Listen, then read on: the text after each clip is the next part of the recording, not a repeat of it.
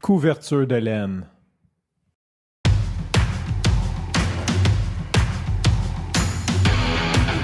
Il aime le code.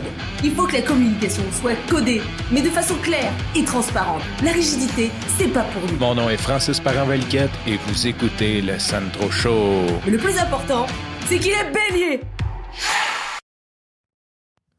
Aujourd'hui, c'est un épisode que je qualifierais, là, si je pouvais mettre un rating en âge là, de 75 ans et plus. Maudit que je me sens vieux de parler de ça. Je sais pas si tu me suivais dans ce temps-là, si ça te dit quelque chose. J'ai fait un épisode Back in the Days durant la pandémie qui s'appelait Essoreuse à salade, essoreuse à laitue. Et je parlais de comment j'avais geeké out pour m'acheter une essoreuse à salade, une essoreuse à laitue. Et comment que je voulais qu'elle soit comme les specs que je voulais et tout. Puis pourquoi que je te parle de ça? Ben, premièrement, j'avais dit dans cet épisode-là que si tu savais pas c'est quoi une essoreuse à laitue, probablement que ta vie allait mieux que la mienne. Et ça a fait rire bien du monde. Il y a bien du monde qui m'ont reparlé de ça. Cet épisode-là a fait comme parler bien du monde, dont un de mes oncles qui, lui, trouve ça tellement drôle que j'aille parlé de ça.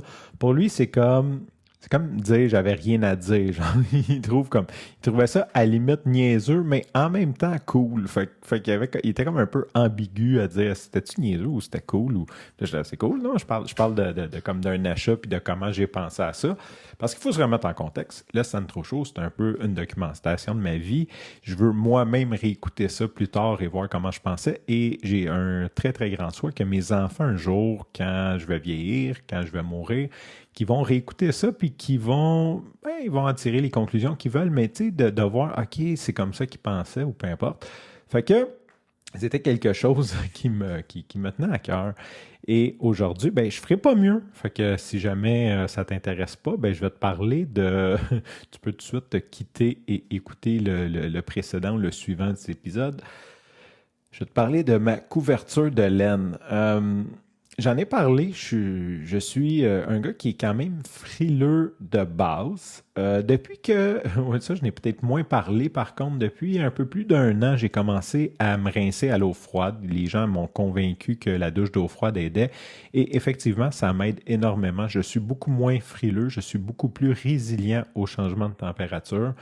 Présentement, je me promène en short dehors, on est au mois d'octobre. OK, tu vas me dire, il fait encore 22, mais il y a eu des journées que c'est quand même frais.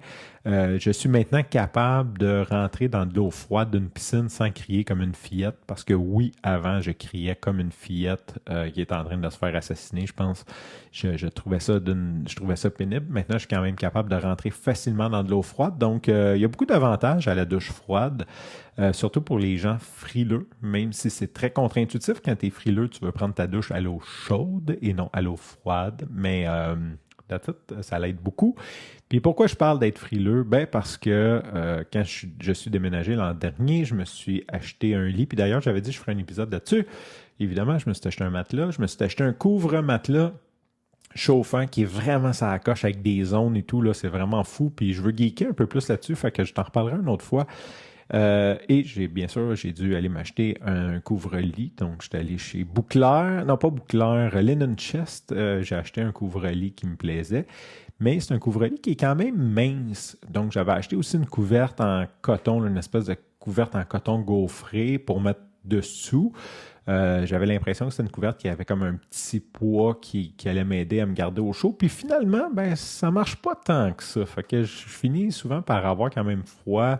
Une bonne partie, quand je me couche, une bonne partie de la nuit, tu sais, c'est comme pas super réconfortant. Et j'ai procrastiné, et l'été est arrivé, donc j'avais plus besoin de couverture, donc je n'ai pas procrastiné, j'ai tout simplement arrêté d'y penser. Et là, il recommence à faire froid. Et j'ai un bonheur à laisser ma fenêtre entrouverte, juste un petit peu pour que l'air soit vraiment froid et crisp dans ma chambre, de me coucher avec mon matelas, mon surmatelas chauffant et mes couvertures. Mais comme je laisse ça, les couvertures étaient froides, puis étaient froides d'un bout. je me suis dit, OK, je vais avoir une couverte pesante, pas une couverte pesante comme une couverte lestée. J'en ai une de 20 livres. Sincèrement, c'est écœurant, mais c'est pas bon pour la nuit. C'est trop pour moi, c'est trop pesant pour moi. Je finis par me sentir engourdi puis à l'enlever. Fait que c'est pas comme une couverte pour dormir. Cela dit, peut-être je ferai un autre épisode là-dessus. Je sais pas, j'en avais fait une. La couverte pesante, la couverte lestée de 20 livres, c'est vraiment mongol quand tu reviens d'une longue, que tu es épuisé, que tu veux recouvrir, tu veux de la récupération, tu vas faire une sieste avec ça, là, une sieste d'une heure là, avec une couverte pesante. Là. Wow, it's out of this world. C'est juste qu'après comme 4-5 heures, c'est comme tellement pesant qu'on dirait que le sang a de la misère à circuler. Fait que ça c'est pas top pour moi. Fait que ça, j'en ai déjà une. Mais je l'ai une couverte pesante, mais pas une couverte pesante, là, tu sais. Fait que là, je me suis mis à chercher sur Internet. Puis si tu cherches couverte pesante, là, tout le monde veut te vendre une couverte de 20 livres. Fait que j'essaie de trouver de quoi, tu sais, comme quand on allait chez nos grands-mères, puis qu'il y avait des courtes pointes. Tu sais, c'était pesant, mais c'était pas un pesant, genre comme impossible de se lever, juste comme t'étais bien. Et en fouillant, ben, je suis tombé sur des couvertures de laine. Et là, j'ai fait « Oh shit, ça pourrait être une bonne idée. » On avait tout le temps ça quand j'étais jeune, une couverture de laine qui traînait à quelque part. Et je vais faire pas un aparté pantoute, une parenthèse là-dessus, méchant lapsus, sur les couvertures de laine. J'ai un de mes amis qui, je pourrais quasiment le considérer d'antiquaire. C'est un gars qui tripe sur les vieilles patentes. Et à un moment donné, il m'a trippé sur les couvertures de laine de l'Abbé du Thon. Tu sais, les blanches avec les couleurs, qui vendent encore d'ailleurs. Ça se vend comme 600$ encore aujourd'hui. Et la laine, elle a une propriété antibactérienne et auto-nettoyante. Une couverte de laine, théoriquement, tu laves pas ça. Ça reste propre et c'est antibactérien. Il y a beaucoup de matériaux comme ça qu'on a arrêté d'utiliser qui étaient vraiment bons, comme le brass. C'est un matériel, là, tu sais, les poignées de porte étaient en brasse avant, puis tu sais, il y avait bien des choses en brasse, les barres, les rampes, parce que c'est un matériel qui est naturellement antibactérien. Le bois, il y a beaucoup de matériaux nobles comme ça, et la laine en fait partie. Donc la laine, c'est un matériel que tu n'as pas, ben c'est sûr que si tu vas faire du sport avec un chandail de laine, ça se peut que tu aies besoin de le laver. Mais les couvertures de laine, théoriquement, tu laves jamais ça. Puis là, en tout cas, il tripait bien raide sur la laine, puis il me geekait out comment que c'était cool, les couvertes de laine.